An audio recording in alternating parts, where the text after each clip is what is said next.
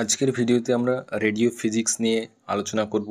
Radio ফিজিক্সের একটা গুরুত্বপূর্ণ টপিক নিয়ে আলোচনা করব, যা আপনার আসন্ন WBHRB ইন্টারভিউ এবং সাধারণ নলেজ এর জন্য খুব কাজে দেবে। আজকের এই গুরুত্বপূর্ণ টপিকটা হলো X ray tube. X ray তৈরি হয় কিভাবে, এক্স রে টিউবের ভিতরে কি হয়, আর এর কাজ করার পদ্ধতি নিয়ে আজকে সহজ ভাষায় জানবো। প্রথমেই জেনে নেওয়া যাক এক্স রে টিউব আসলে কি। এটা হলো একটি স্পেশাল ভ্যাকিউম টিউব, যেখানে হাই ভোল্টেজ ব্যবহার করে ইলেকট্রনকে অ্যাসিলারেট করে এক্স রে ফোটন তৈরি করা হয়। একটা সাধারণ এক্স রে টিউবের দুটি প্রধান অংশ আছে। ক্যাথোড, যেটা নেগেটিভ, এর মধ্যে থাকে ফিলামেন্ট, যেটা টাংস্টেন দিয়ে তৈরি হয়। যখন ফিলামেন্ট গরম হয় তখন ইলেকট্রন রিলিজ করে, যাকে বলে থার্মোনিক ইমিশন। অ্যানোড পজিটিভ, এর মধ্যে থাকে টাংস্টেন টার্গেট বা ফোকাল স্পট। ইলেকট্রনগুলি এই টার্গেটে আঘাত করে আর তখন তৈরি হয় X ray. Process of X ray production. কীভাবে এক্স রে তৈরি হয়? স্টেপ 1, ফিলামেন্ট গরম হলে ইলেকট্রন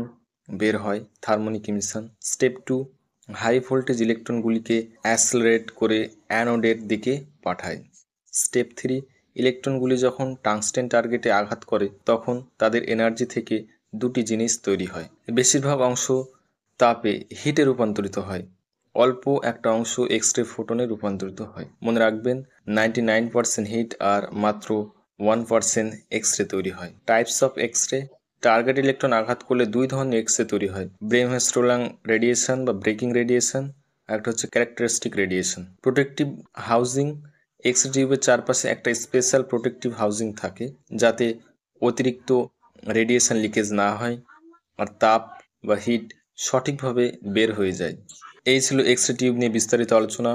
আশা করি এখন এক্স রে কীভাবে তৈরি হয় সেটা আপনার অনেকটা পরিষ্কার বুঝতে পেরেছেন। ভিডিওটি ভালো লাগলে লাইক দিন, শেয়ার করুন আর অবশ্যই সাবস্ক্রাইব করতে ভুলবেন না। আর হ্যাঁ, আপনার যদি কোনো প্রশ্ন থাকে কমেন্টে জানাতে পারেন।